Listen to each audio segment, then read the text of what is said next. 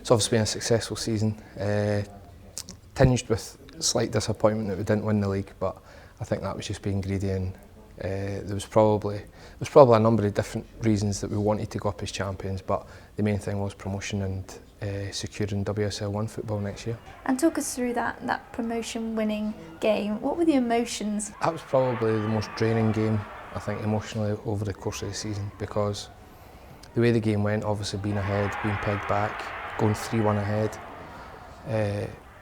went to 3-2. Obviously the referee then let us know there was 5 minutes injury time. I think the penalty was awarded 6.5 minutes into injury time. So yeah, and then Caitlin saving it was just that emotions were all over the place. So it was a great feeling after it. We'd originally said if we won, we wouldn't celebrate because it was all about winning the league the week after. But the way it happened, it was, you had to celebrate because you just had to release everything that had built up over the 98 minutes. How pleased are you with the performances of the younger players, which we hope will kind of be key for that next season? Very, very pleased in terms of what they've given us over the last sort of 8-9 months. You know, we as a club had a lot of changes already over the last 12 months, and to bring through a lot of young players into a brand new squad, it's not as if you're adding 3 or 4 young players into an experienced squad. It was a pretty much brand new squad. I think that's the model that the club have got to adopt. I feel we've already adopted it in terms of the work myself and Lauren have done over the last sort of 18 months has really put a strong pathway in place. I think it's stronger than it's ever been. You know, we've got a lot of youth internationalists in the RTC, in our youth academy.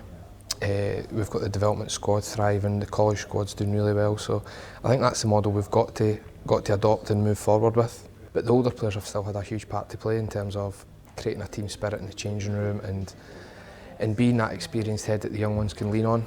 Even though they're not on the park with them, they've still helped them off the park. So, you know, I think it's easy to sort of sometimes forget about the older players, but they've had a huge part to play in the development of the young ones. On a personal note for you, I mean, what are you most looking forward to now? I mean, you've ticked a lot of boxes in terms of what you wanted to achieve. What's next? I think when you look at the standard of player we've got, when you look at the facilities, when you look at the backing we've got from Bristol Sport, I think it is a WSL 1 club. Unfortunately, we had to go through that 10 months of playing in WSL 2, but I think in hindsight, I don't think it's been a bad thing. I think it's allowed us to develop some really exciting young players. It's allowed us to move to a full-time training model without the pressures of trying to get results against the bigger clubs. Sometimes moving backwards for a year is not actually the worst thing.